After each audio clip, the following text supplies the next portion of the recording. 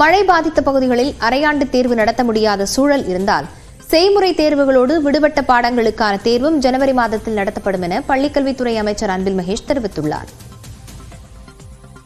எங்கெல்லாம் பாதிக்கப்பட்டிருக்கின்றதோ, எந்தெந்த மாவட்டத்திலும் அதிகமான பாதிப்பு இருக்கின்றது, அரையாண்டு தேர்வு எழுத முடியாத சூழ்நிலை இருக்கின்றதோ, எந்தெந்த தேர்வுகாவலால் வர முடியாமல் இருக்கின்றதோ, 9ஆம் தேதி கூட நார்மல் நிலைமை ஆயிடுச்சு அப்படின்னு சொன்னால் அது அந்த பள்ளியை சார்ந்திருக்கின்ற HMS மூலமாகவே அந்த பள்ளிக்கூடத்துக்கு அந்த தேர்வு நடைமுறை நடத்தலாமா வேண்டாமா என்பது உறுதி செய்யப்படும்.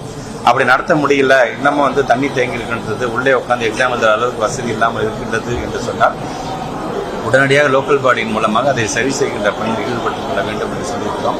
ஒரு எக்ஸாமோ 2 எக்ஸாமோ எழுத முடியாமல் போனது என்று சொன்னால் அதுவும் சேர்த்து ஜனவரி மாதம் ஃபர்ஸ்ட் வீக்கில் எதெல்லாம் விடுபட்டு போன ப்ராக்டிக்கல் எக்ஸாமாக இருந்தாலும் சரி, விடுபட்டு போன தியரட்டிக்கல் எக்ஸாமாக இருந்தாலும் சரி, அது ஜனவரி மாதம் நடத்தப்படும்.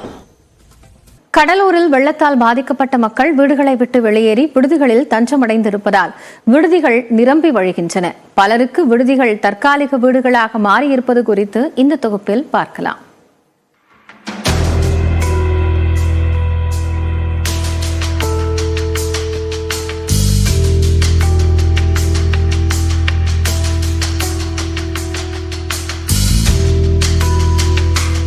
ஆசையாக கட்டிய வீட்டை தண்ணீர் ஆக்கிரமித்துக் கொண்டதால் கடலூர் வாழ் மக்கள் பலர் விடுதிகளில் தஞ்சம் புகுந்துள்ளனர்.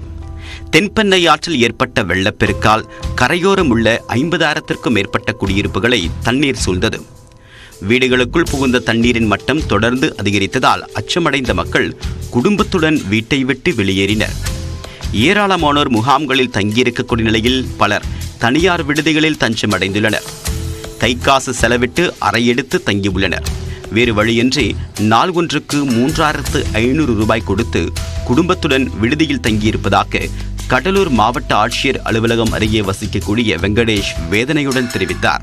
தண்ணி ஃபுல்லாக என்னால் வெளியே வர முடியாமல் நாங்கள் அப்புறம் தண்ணியில் நீஞ்சின்னு இவங்க சூரியபிரியா ஹோட்டலில் குடும்பத்தோடு தங்கியிருக்கோம். அதே மாதிரி எல்லா குடும்பமும் இருக்குது. அவங்கவுங்க எல்லாம் வெளியூர் போய் இருக்கிறாங்க. ஒரு நாளைக்கு இங்கே வாடகை அதிகமாக 3,500 சார். ஒரு நாளைக்கு வாடகை 3,500 இங்கே 3 நாள் தங்கினா தான் போக முடியும். தண்ணி இன்னும் வடியில், வீட்டுக்குள்ளலாம் தண்ணி போயிடுச்சு. தண்ணி வடியில், அதனால இங்கே தங்கியிருக்கிறோம். பாதிக்கப்பட்ட மக்கள் விடுதிகளை நோக்கி படையெடுத்ததால் கடலூரில் உள்ள 30க்கும் மேற்பட்ட விடுதிகளில் அனைத்து அறைகளும் நிரம்பியிருப்பதாக விடுதி ஊழியர்கள் கூறுகின்றனர்.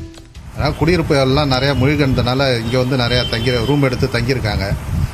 2 நாளாக இங்கே அதிகமாக ஃபுல்லாக இருக்குது. ரூம்லாம் ஃபுல்லாக இருக்குது, அதிகமாக தங்கியிருக்காங்க. நம்ம ஹோட்டல் மட்டும் இல்லை, பக்கத்தில் இருக்க ஹோட்டல்ஸும் எல்லாமே ஃபுல்லாக தான் இருக்குது.